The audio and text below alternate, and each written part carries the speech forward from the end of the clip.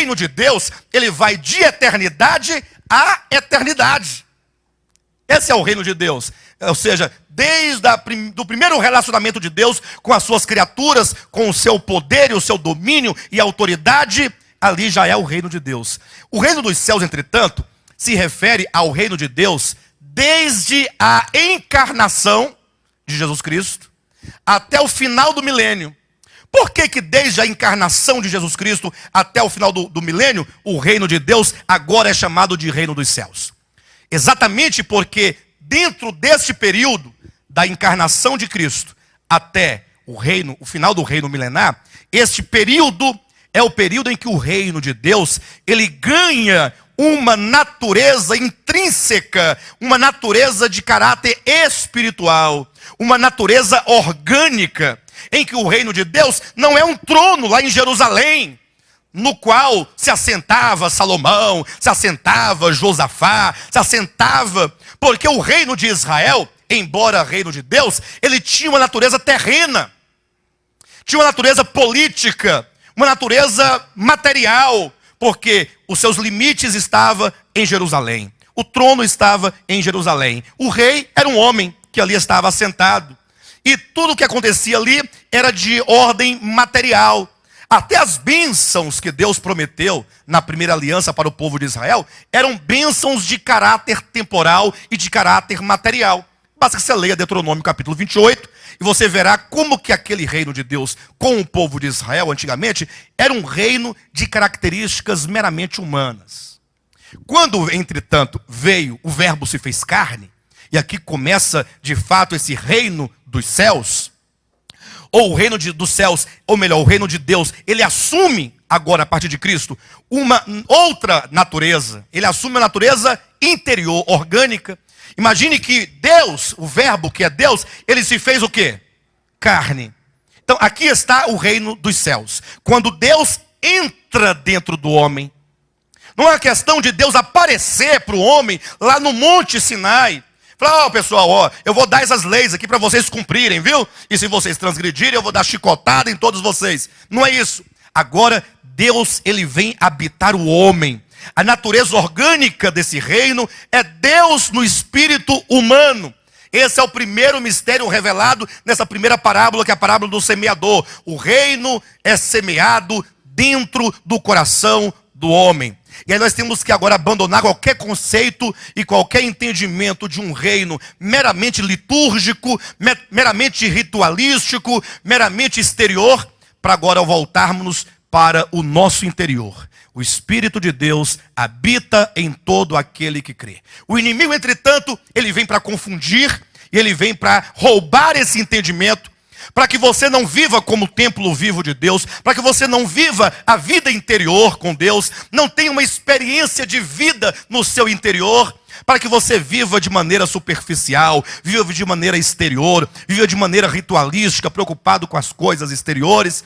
Aí veio o diabo, semeou o joio no meio do trigo, veio o diabo, transformou a pequena hortaliça numa grande árvore, veio o diabo e colocou o fermento na farinha. São ações do maligno para corromper e para destruir. Por isso que então o Senhor fala da parábola do tesouro escondido e a parábola da pérola, dizendo que muitos, ou que sejam poucos, né, acabarão por encontrar um tesouro escondido. Ora, o tesouro escondido é o reino de Deus, que foi perdido, não do interior dos filhos de Deus, mas foi perdido do entendimento. Então, resgatar esse tesouro, no sentido de você encontrar o tesouro, ou a pérola de grande valor, e então você, entendendo o valor e a preciosidade desse reino de Deus, que está oculto no campo, ou que é uma pérola raríssima de grande valor, porque você compreende no seu coração. Quem obtém a revelação deste reino, o que ele faz? Ele abre mão de tudo para alcançar este reino. Ele vende tudo o que tem para comprar esse reino. Vende tudo o que tem para comprar o campo, que tem o tesouro, ou a pérola. Não está falando do dinheiro físico, material. Não. Está dizendo de quê? Está falando que você agora consegue observar naquele reino que ele é mais precioso do que qualquer outra coisa. Nada existe mais precioso do que o reino de Deus. Nada. Você pode ganhar o mundo inteiro, você pode comprar todos os carros do mundo inteiro, os carros importados, todas as casas, as mansões, você pode ter todo o dinheiro do mundo, mas nada se compara ou equivale ao reino de Deus no interior do homem. Esse reino de Deus, entretanto, atenção, um dia ele vai se manifestar. E foi aqui que nós paramos na semana passada. Ele vai se manifestar. A Bíblia diz que um dado momento escatológico, os filhos de Deus, eles se manifestarão como tais. Esse reino hoje está em nós, ele nos governa, está no nosso espírito.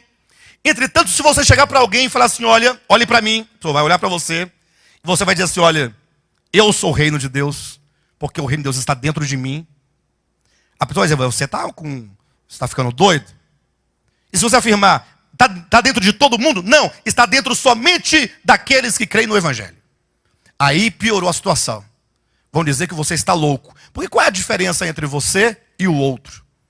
Qual a diferença entre o Filho de Deus e a criatura de Deus? Porque é dito, ide pregai o Evangelho a toda criatura.